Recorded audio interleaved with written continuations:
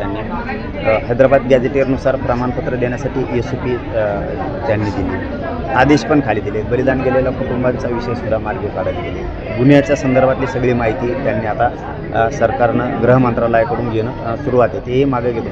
म्हणून थोडासा विश्वास बसला. मला वाटतं कायम विश्वास हे जिंकणं सरकारचं काम आहे आणि ते त्यांनी केलं पाहिजे. आम्ही आता विश्वास ठेवणं आमची जबाबदारी असते आंदोलक म्हणून, आता आम्ही ठेवला आहे. याचा अर्थ असा नाही आहे की तुम्ही वाटलं जरी केलं तरी आम्ही शांत बसूया, हे तुमचा गैरसमज असू शकतो सरकार म्हणून. मी त्यातला नाही आहे. एखादी गोष्ट दिली आणि मग नुसतंच तुमचं आभार मानत राहणार, उदं करत राहणार. नक्की तुमचं उदं करणार, नक्की तुम्ही केलेल्या कामाचं श्रेय नक्की तुम्हाला देणार, पण फसवलं तर सोडणार सुद्धा नाही आहे, हे मात्र लक्षात ठेवायचं. कारण तुम्हाला जर कायम मराठा समाजाचा चेहऱ्यावरती आनंद ठेवायचा असेल तर तुम्ही केलेली कामं हे तुम्हाला कायमस्वरूपी टिकून ठेवावे लागणार आहे.